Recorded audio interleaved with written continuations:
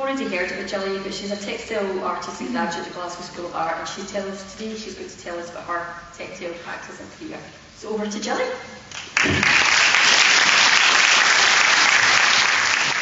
Let me just get myself sorted. I've got my mobile phone here. Yes. A few notes over here, and the wrong image here. Oh. Now that's looking much better. I would just like to say thank you so much indeed for inviting me here today. I really hadn't quite understood what an amazing event today was going to be until I walked into the foyer out here. And I was blown over by the massive screen. And then upstairs, I understand you're all going to enjoy taking part. And that's what textiles embroidery is all about. So, I bet you some of you are thinking, who is Jilli Blackwood? So, and I bet you some of the younger ones are thinking, oh God, I have to go and listen to somebody talk Jilli Blackwood. Oh, right, okay.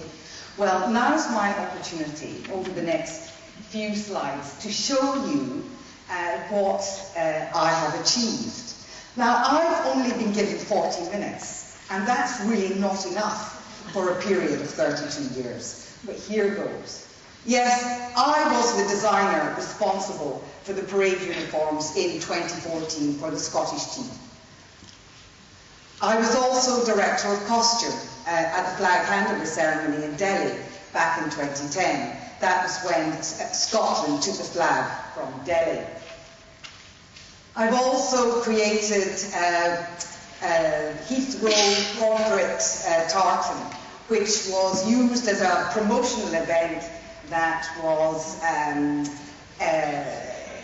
showing everybody that was walking through the airport what Scotland, the Scottish inventors, had brought to airports. Well, I learned something new. It's marvellous doing new projects. Did you know that John McAdam invented tarmac, and he was a Scot? Well, I've known too. So there was great big billboards. The ambassadors were wearing the tartan. The ATM machines were invented by a Scotsman, and obviously the telephone. And Gordon Ransom's food was covered in it as well. I didn't see that actually. So yes, I am a designer, and in these projects I was working alongside industry. But where my heart lies is in creating the art. This piece is called Sizzle, and it measures 5 feet by 10 feet. It hangs in St Andrew's Square in, no it doesn't, it's St Andrew's House in Edinburgh. So it forms part of the Scottish Government collection. This is Brithers Beam. Let me stand back. It's just so strong, it's bursting out the page here.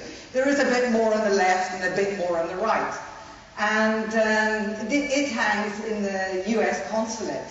And it's an amalgamation, I'm sure you can see, of Stars and Stripes and the Saltire. That was a great fun piece to create. The actual piece in the end, there was so much intense embroidery happening. Quite naturally, it was bending and waving, just like a flag. So this is Synergy, and this piece measures 5 feet by 8 feet. And this is in a collection in Bangalore, in India, a biotech company. Now, every time I show this slide, I'm afraid a wry smile arrives across my face, because I would like to ask you a question. How many people do you know have managed to sell textiles back to the Indians? Yeah, I think I'm just about the only one. So, Paula was talking about tapestry. Yeah, this is a bit of a difficult word, isn't it? Embroidery. When I came out of Glasgow Art School, if you mentioned the word embroidery, it seemed a little bit of a bad word. In actual fact, people thought that, I think people imagined you to be Emily Bronte's sister. You know, the one sitting by the fire? But it's not that at all, and I will show you that later. But the Americans, this piece is called the Gloria Tapestry, and it hangs in a private collection in Beverly Hills. Now, the Americans don't talk about textiles, they talk about fibre. They don't talk about embroidery, they talk about tapestry. So it's just words, you know.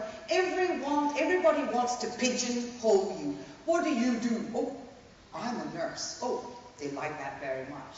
What do you do? You know, I'm a policeman. Ah, super. But I'm afraid it's very hard to pigeonhole me. It's very hard to pigeonhole a textile person because we are so versatile. Oh, I'm also known for the Millennium Kilt. This was quite a surprising piece that I created back in around 2000. I had this idea for about, I think, nearly 10 years in my head, but just there wasn't the time to get out of here and into this world. But there was something I had to create something for, and so this piece ended up going down to London to the Victoria and Albert Museum and was exhibited in a glass case along with Yohji Yamamoto, Jean-Paul Gaultier and Vivienne Westwood. And there's a huge story attached to this, but because I have only 40 minutes, I'm afraid each individual school will just have to invite me to visit you, and I'll give you the second layer. But this has formed a series, and it has recurred throughout the last 20 or so years. Now here she is. Here's Jilli Blackwood in her art to wear. As you can see, I enjoy wearing my art to wear. But please believe me, I don't look like this in the studio. This is how I look when I go out. Doesn't she look confident? Stand back. Yeah, what do you think? Does she look confident? Yes, very. Does she look capable? Yes, doesn't she? Yes, well, I can tell you a little story about her. And it's something I used to hide because I was extremely embarrassed about. I know it's hard to believe, but she was once 7. I was once 7 years old. And I was at this school, and there was a set of Christmas examinations. Could I have my glass of water, please? Thank you. I realise I've forgotten it. Yes, thank you very much. Now you see how uncomfortable I'm feeling about telling you about this story. Yes, so we had these Christmas examinations. I thought, that's fine, great, a day off work, no problem. Well, the result came out. I happened to be unwell that day, and my dear, kind sister brought the result back. So here I am standing in the lounge, we're talking December here, looking out into the back garden, it's all looking a bit bleak by the telephone. And my elder sister, who's much cleverer than me, had to tell me I was bottom of the class.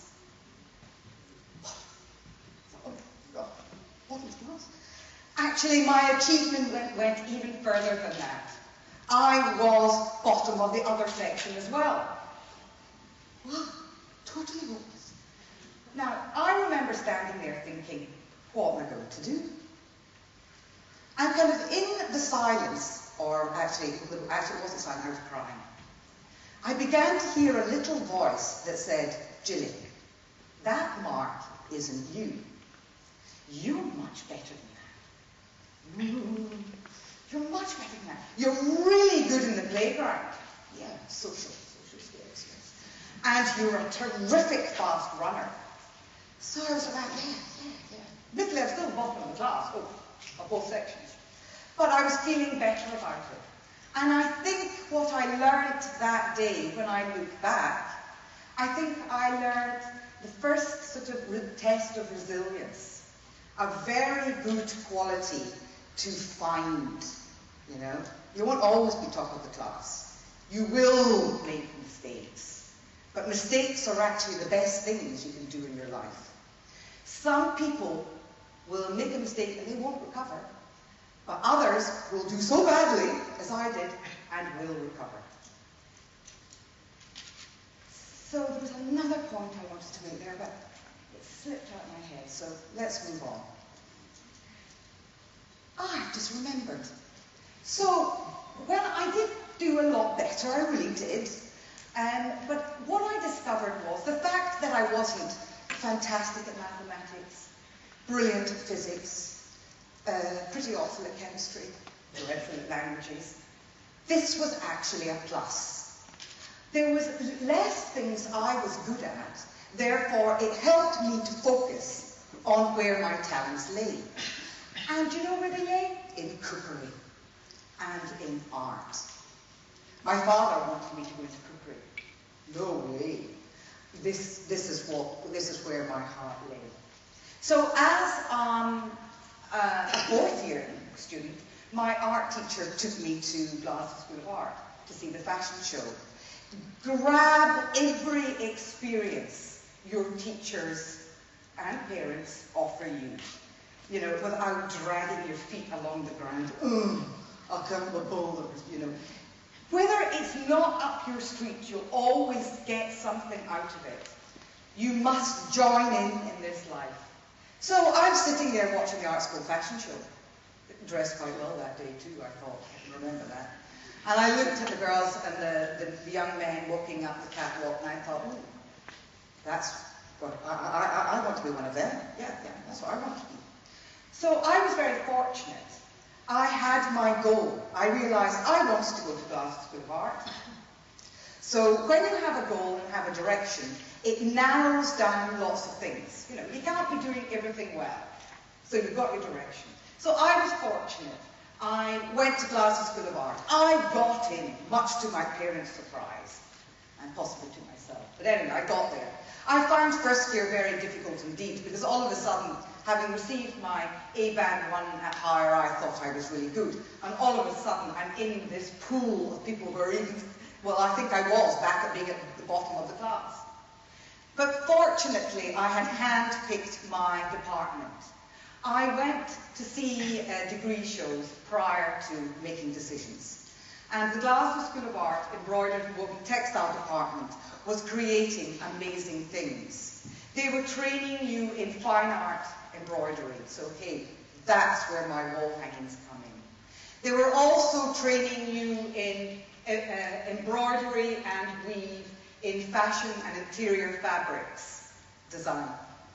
And there was also a little bit of product design. So I knew that this department was going to suit me very well, because I thought to myself, let's have a look at the equipment. That's all right. I can do this. I can do my job anywhere in the world, so long as I have a caravan and a generator. I looked at the printmakers, or textile printers. They have it much harder. They've got to get tables and screens and goodness knows what. So it felt like low tech. I think that's how we describe it. But of course, we know textiles is actually very high tech.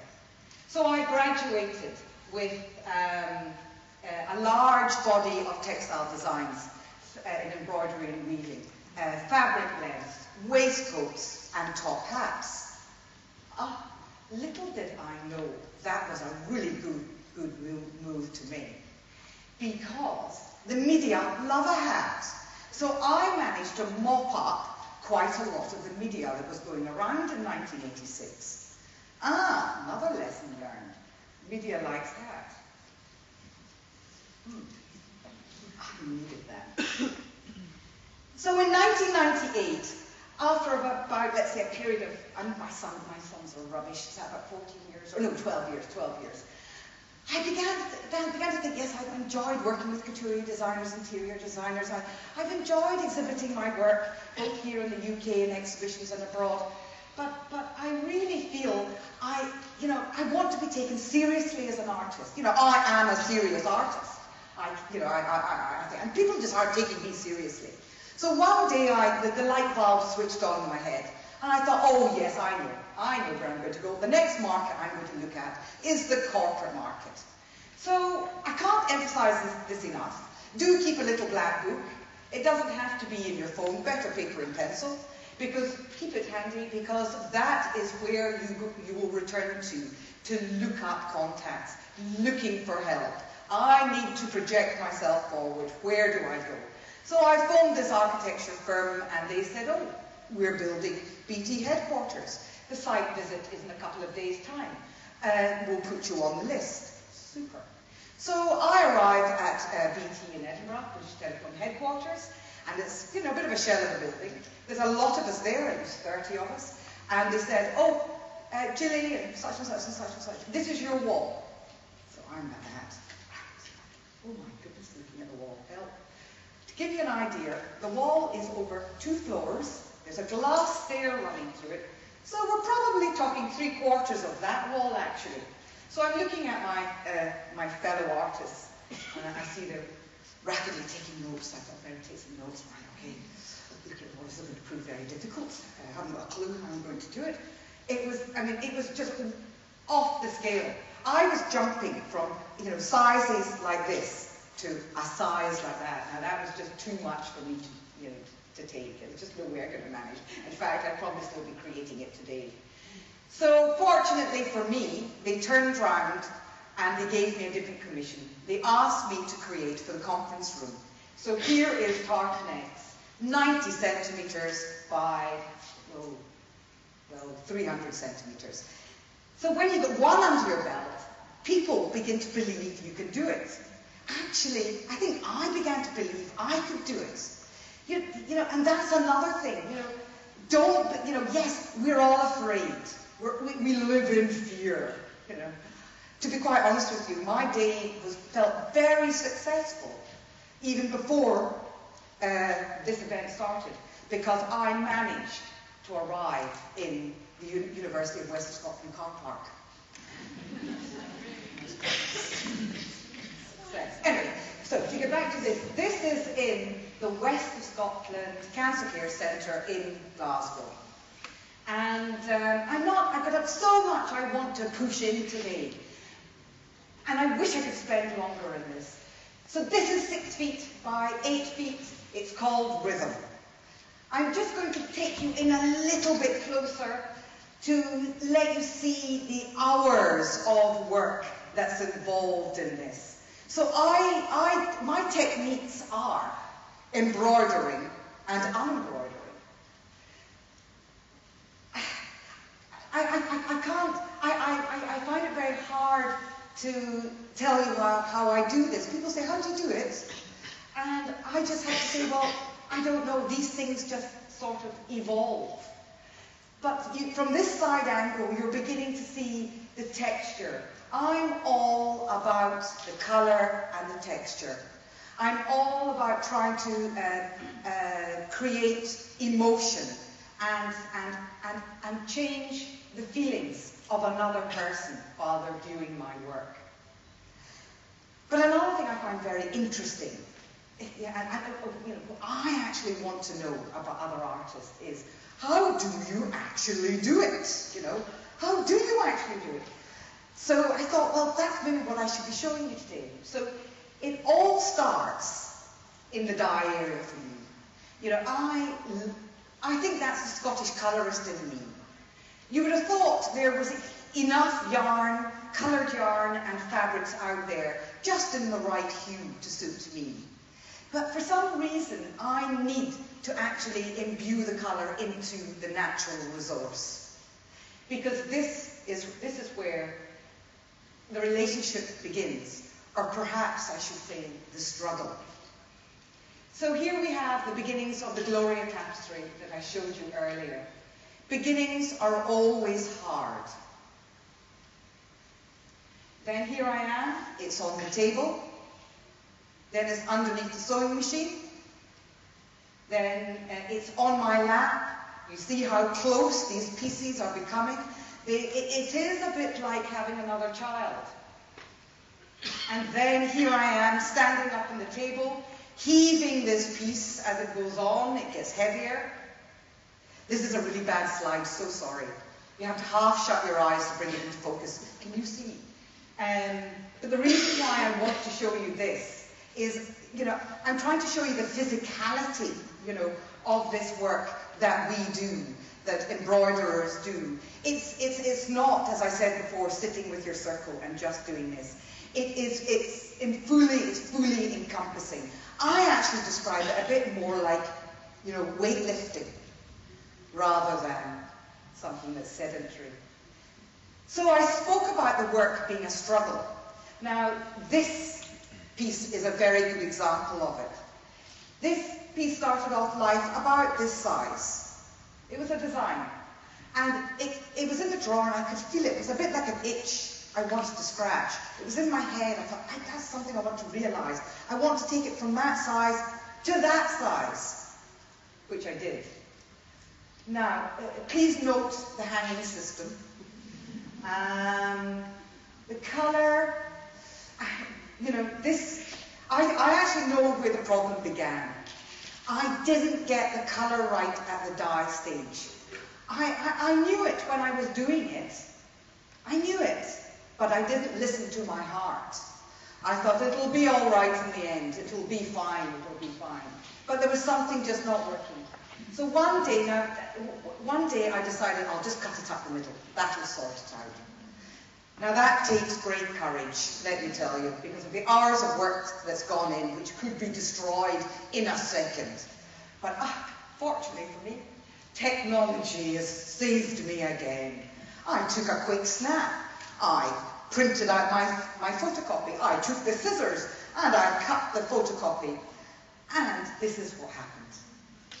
I look back, yes, this is very good indeed. We've got something here, Jilli. So I spent the hours backing it. I put it up in my studio, probably the wrong move. It's a bit busy in my studio, lots of different colours. This piece, in different lights, kept catching my eye and kept making me feel, you know that feeling when you're eating a Kit Kat with a little bit of the metal foil? It's a bit like electric. That's what this piece kept doing to me. So one day I just thought, right, that's it, I can't live anymore with this. I took it down off the wall. I painstakingly took off the backing because I had actually stitched into the backing again to improve it. So I had to undo these stitches too. And I knew I wanted to keep some of the original colour. So this is how I did it. So after about 2 days of bringing it together, knotting it up, putting it back in, bringing it out, drying it, putting it together, knotting it up, we arrive at this. Now, note my new hanging system. I'm very proud of that. Because in the last slide, did you not think it looked a bit like kind of dirty washing? Or maybe clean washing on the line? Well, a friend of mine walked into my studio and said, I could do something much better than that. I was like, why did you not mention? I've known you for 10 years. You've seen I've been fighting with this thing. So he revolutionised my life. So now when it goes up, it's straight. I'm not kind of looking and going, well, if it was up a wee bit in the right and I did that, that might work. So here we are. You can see the hours or the hundreds of pins that's involved. And you know it's going backwards and forwards from the sewing machine, and it's on the lap, and it's back up on the wall. And here we have static dynamic, and it is complete. What is it? I don't know.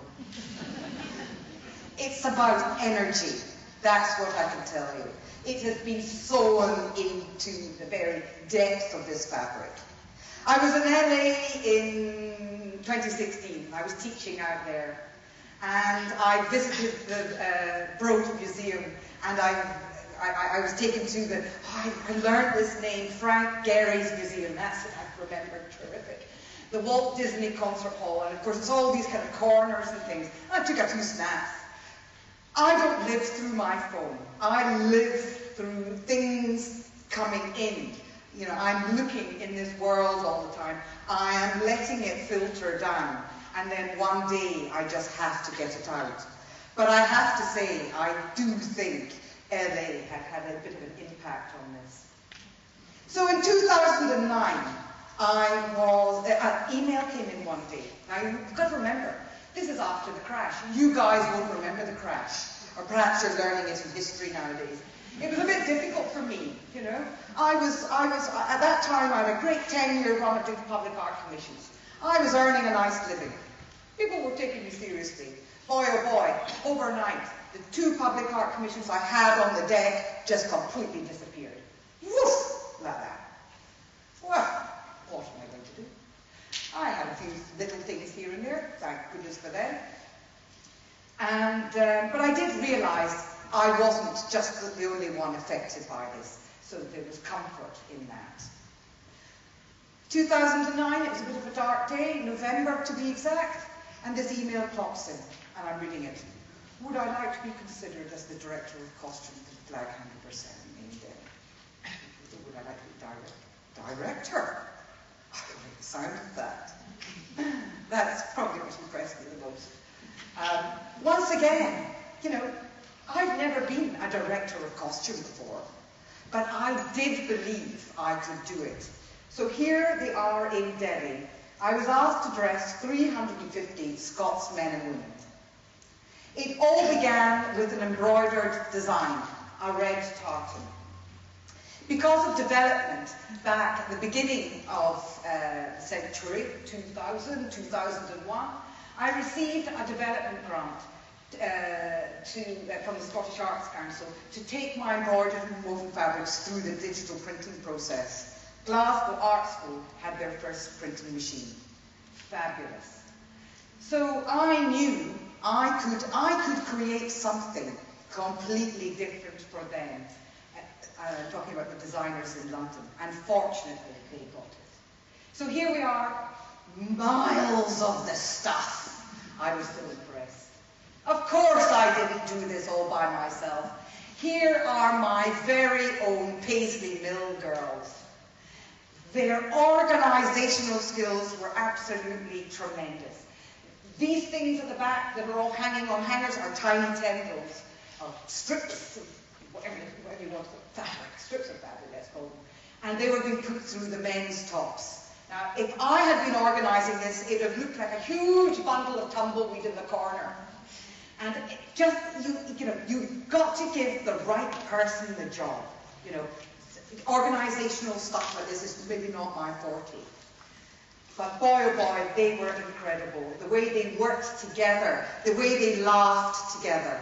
It was terrific to see. And of course, here is the wardrobe department again. They have now organised everything. Look at all these kilts. So here I am, I took this photograph. I walked into this wardrobe, and here I am touching every kilt. And I'm going, oh, look at all the Jilli Blackwood kilts. It felt amazing. Textile people can't help but touch. Oh, but it can get even better. The cast came in and they tried them on, and here they were. You know, the feedback was terrific. Remember that word feedback, because I'm going to talk about that later. Here they are in Delhi, and yes, it was a very important moment for them. I felt it was even a more important moment for me. But not just that we were going to do this thing, it just felt really important. I was standing in this dark environment, I was looking at the people, and I was thinking, oh goodness, they all look so tiny. I'm looking back at the cast members and I'm thinking, I hope I've made them larger than life, otherwise they're going to completely disappear here. But they were tremendous. Here are the hero pipers, number 3 and number 4. They're in Kelvin Grove.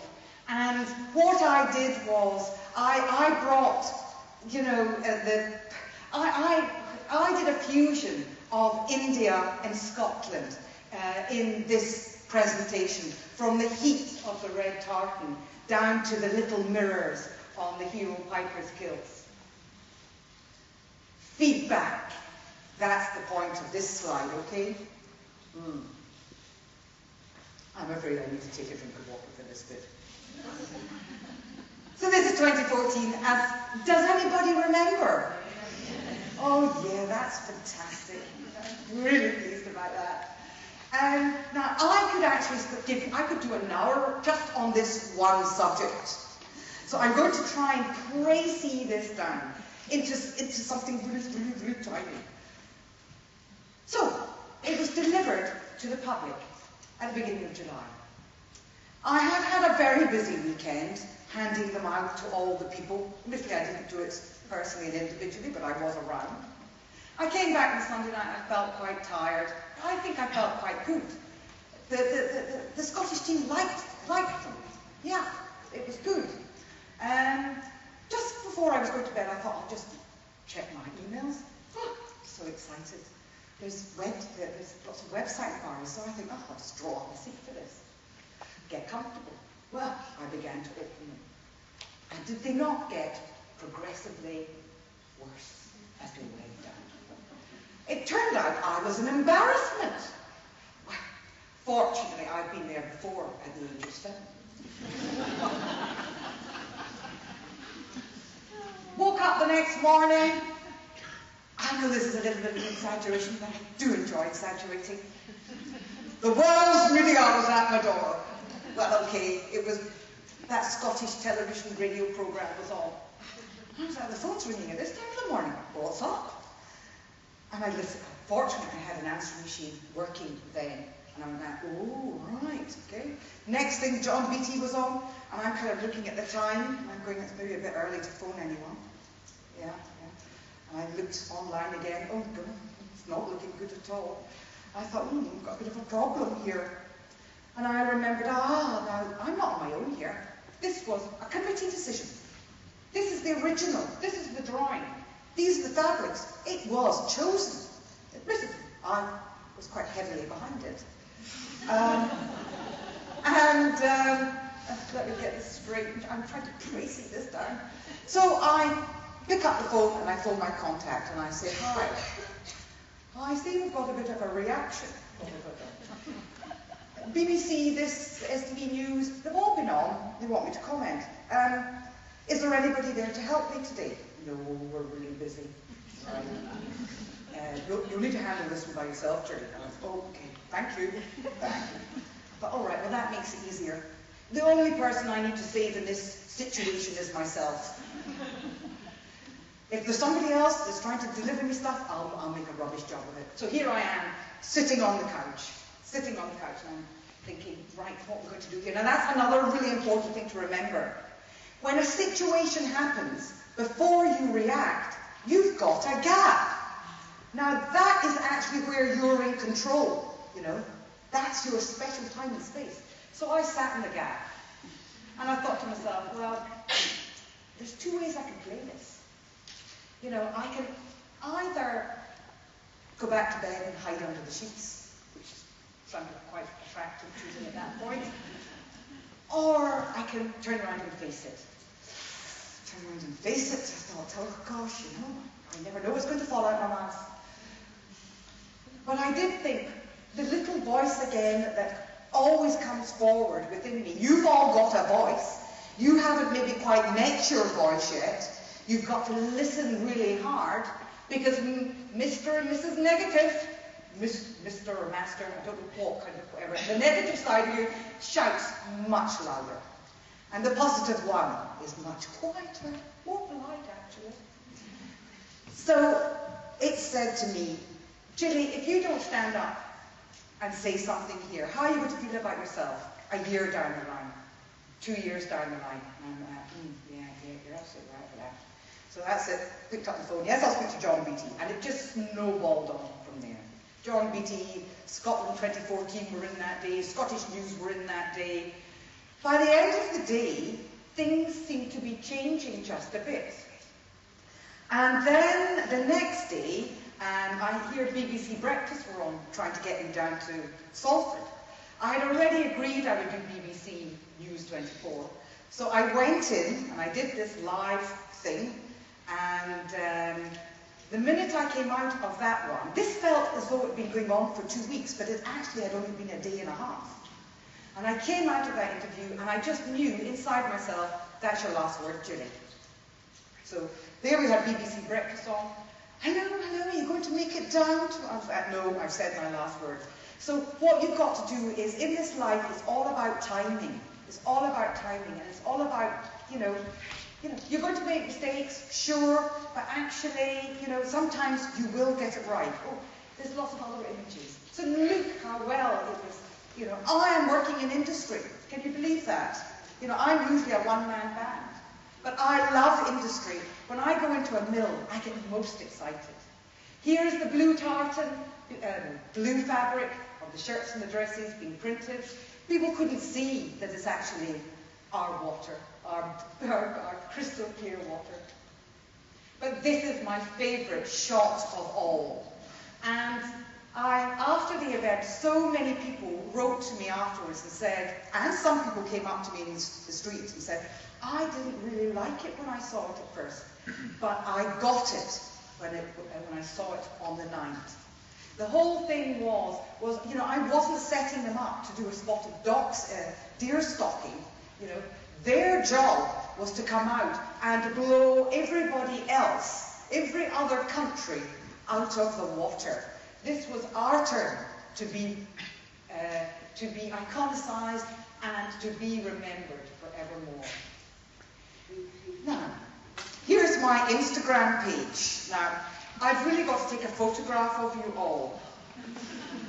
Yeah, got to do my homework. Is this a good angle? I'd like to be able to get that in as well. I would quite like to be in it too. Social media, hate the stuff, hate it, absolutely can't stand it. You know, I've been on it for the last 4 years, and I've kind of really, it's kind of one of these situations I kind of thought, hope it'll go away. But it was kind of last September, someone mentioned Instagram to me. You like Instagram, Jilli? There's no words involved, really. You don't need to write and go, oh, brilliant, hate English, super. And I did take to it. But still, in December, you know, I knew I was missing a trick.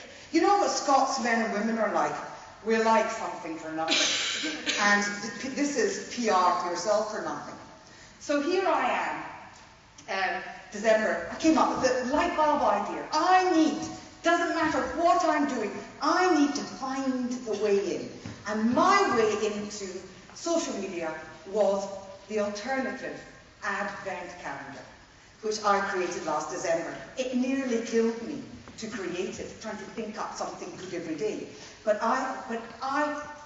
the only thing I'd like to say is to you young ones down there, don't forget about real social community, you know, the face-to-face communication, because that is what's going to save you. Can't tell you, that saved me during 2014, my friends. What did I do with the switcher? Here it is here. But what social media has done for me, this is just a little short film, and I'm about to end.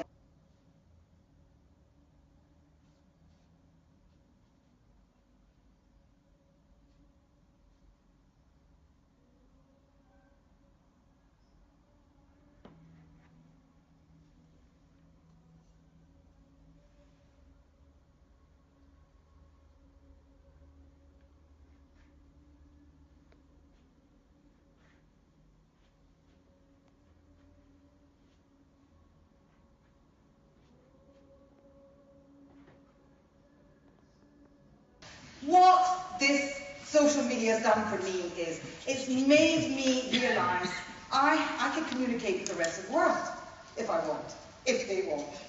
And so now I've got this huge responsibility. I've got these followers. Oh, it's 228, 229. I want to build it, okay? I want to make it bigger. And so if you feel like following me, follow me. But if you're going to unfollow me, don't unfollow me, because that upsets me. So filmmaking, I don't do videos. So I love learning. I love getting older because I actually mind less making mistakes. And this is my very last slide. I'll stand over here. And I put this one in because Linda is quite bizarre, wherever Linda is. Linda, oh hi. I have this paisley shawl. I think it's a shawl. I call it a blanket. A paisley shawl. I bought it at auction, and it's a lovely, lovely thing. It's a double cloth, so what's happening on the front and happening on the back is the same. I looked after it for about 20 years. I then had it lying over the couch, and looking very beautiful. And this little dog came to visit. Well, this little dog decided she would make herself more comfortable, hopped up on the couch, and decided just to organise this blanket in a much better way.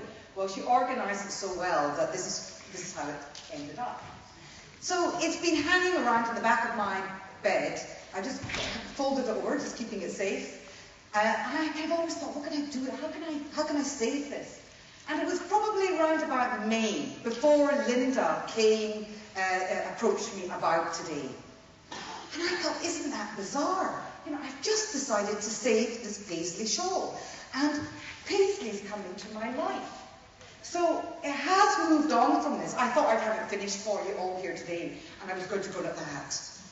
But I'm afraid I haven't. It's taking far longer. So to give you the idea of how it could go in this direction, you know, that's a piece from Celestial. I've got this dilemma. In actual fact, there's a Paisley shawl series, a Jilli Blackwood Paisley shawl series, because there's so many different ways that I could create an outcome from. So all that I'd like to do is take this stone, if you wouldn't mind, and throw it into the Paisley pond. And if you've got any good ideas for working together, please let me know. Thank you very much indeed.